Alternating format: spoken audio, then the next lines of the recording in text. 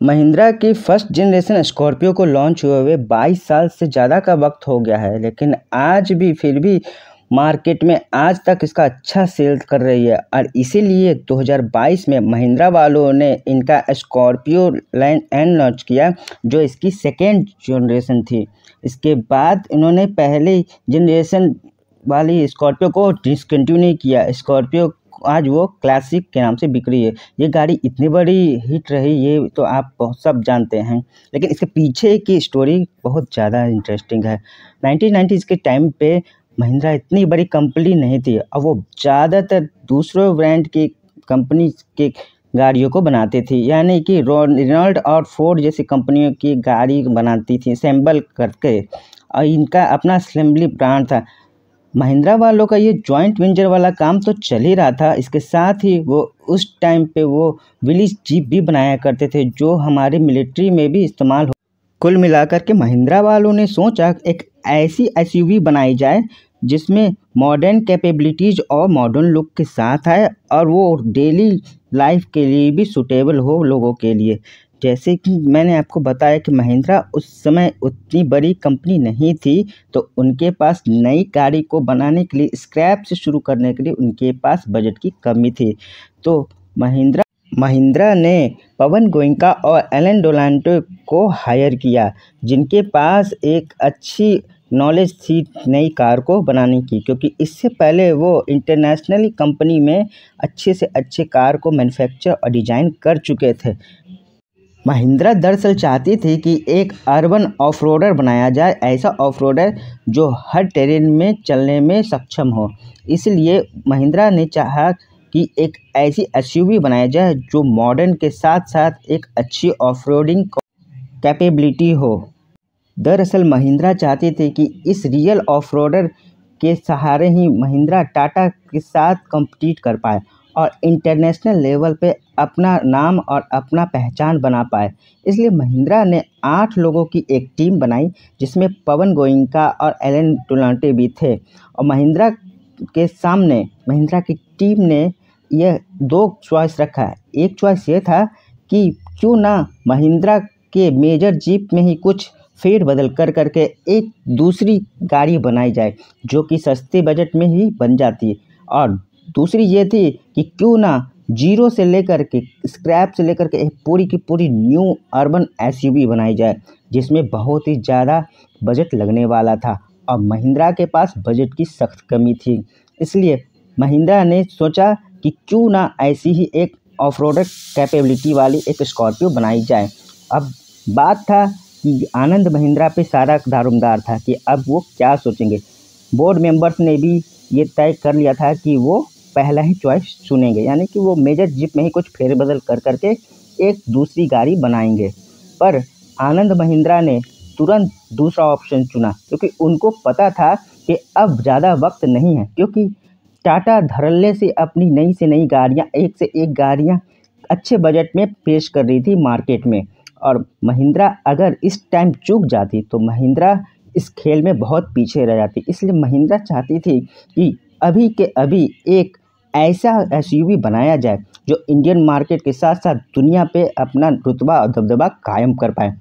दरअसल महिंद्रा ने तो उस वक्त ये कभी सोचा भी नहीं था कि ये एसयूवी जो थी उसकी उन कंपनी के लिए गेम चेंजर साबित होगी और डूबते कंपनी को एक सहारा दे देगी।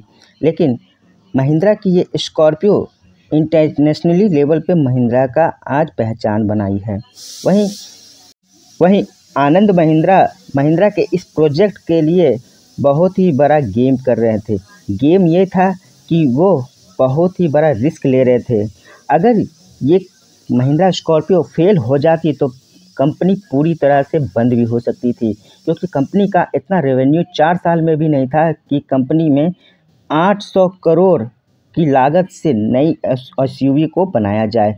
लेकिन इसी पे बात आई कि पवन गोयनका से आनंद महिंद्रा ने खुद बात की और कहा कि हमारे पास इतने पैसे नहीं हैं कि हम एक नई गाड़ी को बनाने में इतने 800 करोड़ रुपए खर्च कर सकें। और बोर्ड मीटिंग में तय हुआ कि महिंद्रा को अब 600 करोड़ में ही ये गाड़ी को बनानी होगी। अब बात फिर खींच तिर के आ गई 550 करोड़ पे, यानी कि 50 करोड़ और कम कर दिए गए। अब आनंद महिंद्रा, पवन गोयनका और एलन डोनाल्ड के कंधों पे इतनी बड़ी जिम्मेदारी थी कि किसी भी तरीके से एक नई अर्बन एसयूवी ऑफ रोडर को बनानी है। गाड़ी ऐसी होनी चाहिए कि इंडियन मार्केट के साथ साथ इंटरनेशनल लेवल पे कम्पीट कर पाए, और तभी से महिंद्रा स्कॉर्पियो की कहानी शुरू होती है। क्योंकि महिंद्रा पहली बार गाड़ी को स्क्रैप से बना रही थी, इसलिए महिंद्रा ने टॉप नॉच के इंजीनियर्स को हायर किया और 5 साल का समय इस गाड़ी को बनाने में लगा। अब स्कॉर्पियो के डिज़ाइन के पीछे भी बहुत ही इंटरेस्टिंग कहानी है, क्योंकि उन सारी टीम में से एक आईआईटी ग्रेजुएट लड़का था जो कि 25 साल का लड़का था, और उसी ने महिंद्रा स्कॉर्पियो की डिज़ाइनिंग की थी। और इस डिज़ाइन को जब आनंद महिंद्रा जी ने देखा तो उन्होंने कहा हम ये गाड़ी बना रहे हैं, और यह यहीं से फाइनल हो गया कि अब इस प्लान के साथ ऐसा जुगाड़ बैठाया गया कि स्कॉर्पियो को कैसे बनाना है। महिंद्रा ने अपने सारे जो भी उनके वेंडर से जो पार्ट सप्लाई करते थे उनके साथ टाई अप किया और सस्ते से सस्ते दाम पर सभी को राज़ी कर लिया कि वो पार्ट्स को उनको देंगे, अवेलेबल करेंगे, और इसी की स्टार्टिंग हो गई स्कॉर्पियो की कहानी बनने की। अब स्कॉर्पियो के सारे पार्ट्स भी सस्ते दाम पे उनके वेंडर से मिलने लगे और स्कॉर्पियो बननी शुरू हो गई। और फाइनली जब स्कॉर्पियो बन के तैयार हुई तो महिंद्रा ने इसे लॉन्च कर दिया, लेकिन स्कॉर्पियो के सामने इसकी राइवली गाड़ी बन गई थी टाटा की सफारी, जो कि टाटा सफारी एक। वहीं अगर बात करें कीमत की तो टाटा सफारी की कीमत उस वक्त 9.5 लाख रुपए थी, और टाटा की राइवल महिंद्रा स्कॉर्पियो की कीमत 5.5 लाख थी। महिंद्रा स्कॉर्पियो की कीमत के कम होने के कारण और इसके लुक्स को लेकर के लोग इसे ज़्यादा खरीद रहे थे, और टाटा सफारी की कीमत के ज़्यादा होने के कारण ये लोग कम खरीद रहे थे, और इसी वजह से टाटा को भी अपनी गाड़ी की कीमत, टाटा सफारी की कीमत कम करनी पड़ी थी, और इससे ही महिंद्रा और स्कॉर्पियो की राइवलरी शुरू हो गई, और एक के बाद एक दोनों ने अपने अपने गाड़ी की फेसलिफ्ट को शुरू किया, बदलते रहे, लेकिन अंत में जा कर के स्कॉर्पियो ने टाटा सफारी को डिसकंटिन्यू ही करवा दिया, क्योंकि स्कॉर्पियो के सामने अब लोग सफारी को खरीद ही नहीं रहे थे, क्योंकि स्कॉर्पियो में जो लुक, जो उन्हें दम दिखता था, वो उन्हें महिंद्रा स्कॉर्पियो के बजाय नहीं मिलता था टाटा सफारी में। बाद में जाकर के महिंद्रा स्कॉर्पियो की महिंद्रा ने पिकअप वर्जन भी लॉन्च किए, और इस पिकअप वर्जन को अफ्रीका में काफ़ी बेचा गया, क्योंकि अफ्रीका के लोगों को पिकअप ट्रक्स बहुत पसंद आते हैं, क्योंकि अफ्रीका के लोगों को नॉर्मली हैवी सामान को एक जगह से दूसरी जगह ले जाना होता है अपनी डेली लाइफ में, और ऐसे में उन्हें रिलायबल गाड़ी की बहुत ज़रूरत पड़ती है। और वहीं महिंद्रा की स्कॉर्पियो और महिंद्रा की कोई भी गाड़ी अफोर्डेबल प्राइस में वहाँ पे अवेलेबल हो जाती है, भरोसे के साथ, और वो भी अफोर्डेबल प्राइस में।